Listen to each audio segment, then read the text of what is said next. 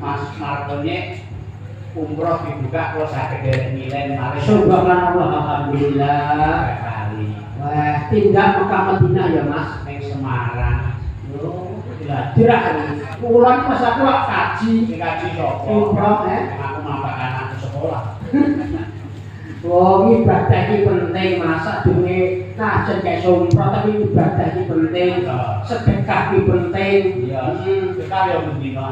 Kalau ini duit tetap raya serapat tak. Bener, sedekah no, bener. Ini dikaya diri sudah tak kapani. Iya. Ini tekan omah ya rata kaya bujuku. Terus langsung tak lebih masjid kabeh. Alhamdulillah, jadi melok nyumbang pembangunan masjid. Ora, soalnya aku mangkat ini mau tak duit masjid. Oh, malah utang bayar utang loh. Nyerah di masjid ada tuku gaji, jajan mungkin lah. Gaji tidak aku. Loh iya, panjane wong muslim telung perkara, ya sing digundeli, siji sedekah jariyah, loro ilmu sing manfaat, telu putra sing saleh. Ngene iki putra putri Tawang Harjo merupakan putra putri kang saleh salehah.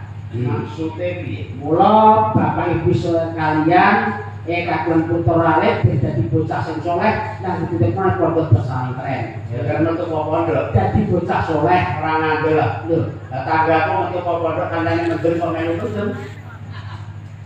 Termasuk sing guyub bareng mendem. lho itu karena pergaulan Mas. Lah iya, aja kok ket ngono. Entah saiki lingkungan bahaya. Iya lingkungan udah mengaruhi. Lah aku saiki gandeng karo kiai. Lah kok diingi ning arepe mahkota cah telu. Iya. Kok do mendem ning arepe mahkota. Bener, kudu wajib ngirimno lho Oke, aku teko, Heeh. parkirno mobil. Iya. Lah kok ditawani. Pak Kunyi, ayo melu mendem. Iya. Wah, emosi ya. Iya. Bocah kok ora toto. Iya bener. Aku tuwa kok nawani mendem. Heeh. Itu toto ta ora? Iya bener kandhani. Soalnya aku muah tak tahu lah mau melu mendem. Bapak pakai mau. Lah aku kok wis bareng mendem. Aku bareng mendem kok. Karena mau mendem gak gletah kok. Iya orang luar itu nonton sing apik, wong tuwa iki fotokopine anak. Ya Mas, Maksudnya ibaratnya wiwitan ketuai lah ceblok ora terus kok wite. malah ora ngandel lah. Itu pasti. Ora iso. Lah iki ana gedang ana wite, lah kowe ana kowe lah wite nang ndi? Wit-witan ketuwe kaceblok ora terus apa wite. Lah iki ana gedang. Lah wite nang ndi? Kowe iki jenenge jeneng paribasan mbok entahi ngono. Maksudnya anak karo bapak kacang ora ninggalan jaran. Mungkin lancarane bingkong kacangnya ya melok bingkong. Lah kacang garuda itu gak karu-karuan. Jalan-jalannya nang ndi? Lihat omongane iki. Jadi jare gula mentah anakmu kudu ditoto digula mentah tingkah laku kuwi tansah diawasi anakmu. Lho, nyontoni sing apik Tak contoni. ibarat guru kencing berdiri, murid kencing berlari. Ngono lho. Ya delok gurune. Gurune iki lanang apa wedok? Maksudnya piye? Guru kencing. Berdiri murid kencing berlari. Ya gurune lanang apa wedok? Terus Lah gurune lanang ya iso kencing berdiri karo manut dicekli iya. Lah tak gurune wedok bukan kencing berdiri dah kacil. Oh, iya, Kalau iki bojoku nguyah kae karo ngadeg dicincin ngene. Iya. Ora sadar iso ana sing bareng metu ronong. Iya, kamar mandi belum rampung. Lah aku iki jenenge bocah wis tak Bener. kandhani apalagi zaman-zaman era sekarang. Iya. Lah yen cah saiki Musuh Gen Z, Iya. generasi milenial, Gen Z saiki kudu hati-hati. Cah saiki dolanane yo HP.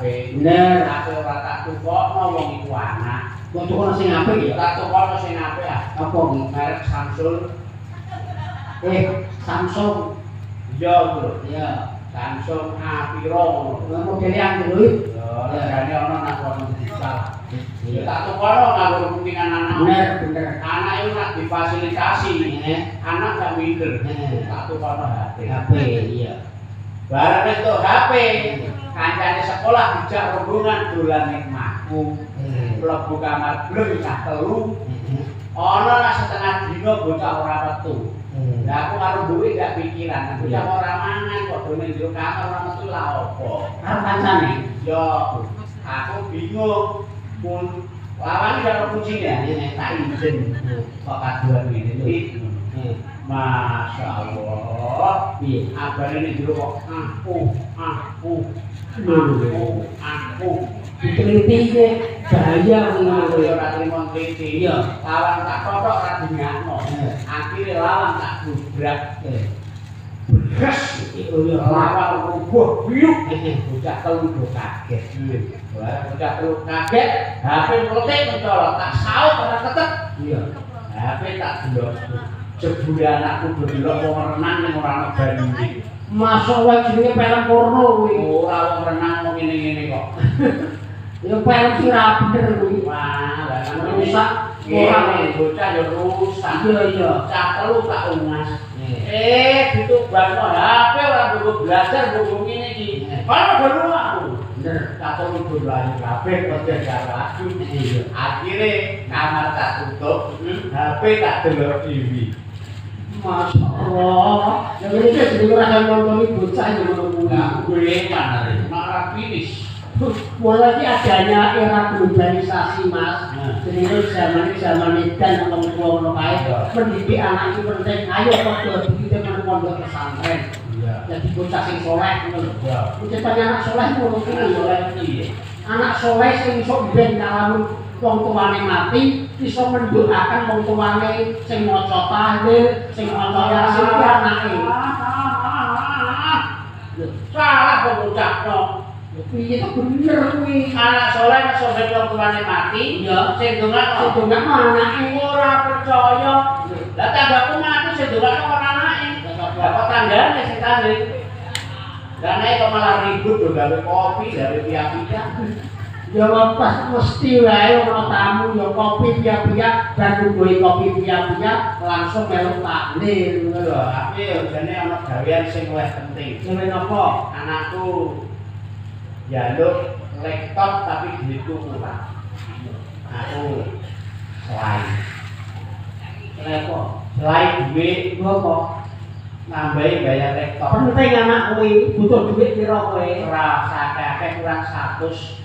Masuk 100 tok kuwi ae. 100 tok. 100 nek iso nambahi to nyik. Wah nek lurus mubeng-mubeng Ini tak tambahi. Iki enek duit.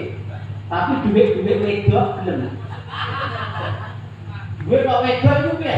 Duit wedok iki sekali metu kosak, mulai kudu gandeng anake. Kowe nek kowe utang kaya Bank Mekar, kaya bank liyane pecik, kowe anake kuwi nak karo aku karo dulur, tak tulung. Ngono lho maksudnya. Ya, kowe nak duwe kira duit wedok, iki aku ora anake lho ya. Ngene lho. Aku nak ono sing duit lanange bae. Duit lanang do kerja kabeh, karek duit wedok tok. Perawan lho duit. Jenenge wedok lho pandho rodok.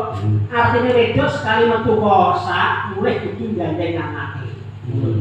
Aku ora anake lho, ora. Anake iki gak kumpul iki biasa. Kok gandeng anak. Gandeng anake tok ngono lho. 100 ae. Wah, ada promo kabeh deh. Lah ngene iki duit kurang-kurang bulan. Ora kok orang ngene kok. Duit itu bisa basi iku ambane. Iki sing separuh duit pitik, separuh duit jagung. Daerah Bogor. Iki tawar duit jagung dinekno duit pitik ngono kok. Terus 100.000. 100.000 iki kadung mulai kudu gandeng anake 50. Iso ben 100 balik itu kan 150. Yo, Pas yo. Orang anake lho aku nulung iki. Lillahi ta'ala nulung kowe. matur suwun tak enak bojoku. 100.000 balik 150. 150. Jadi kerja apa to iki? Yo biasane yo nganggur lah. Ya wong nganggur. Ekonomi ini kok. Ini dulur tak pernah no. Kowe gede nganggur, kowe bayar 150 ini ya kaboten lho kowe ya. Yo berat. Berat, ben ora berat, 100 bareng sik. Karena kowe nanggung anake tok. Enak piye ringan. Kowe ngene iki bayar 150 lho. Yo. Kowe 150 itu berat lho. Tapi nek ngene mboke mbok bayar sik, karek nanggung anake tok 50. Yo. Video kok cemerlang. Oh, aku memang dulur kok. Nah aku ki bayar sepisan 150. 150 ben aku ora keberatan. Mbuke tak berekno sik. karena nanggung anake 50.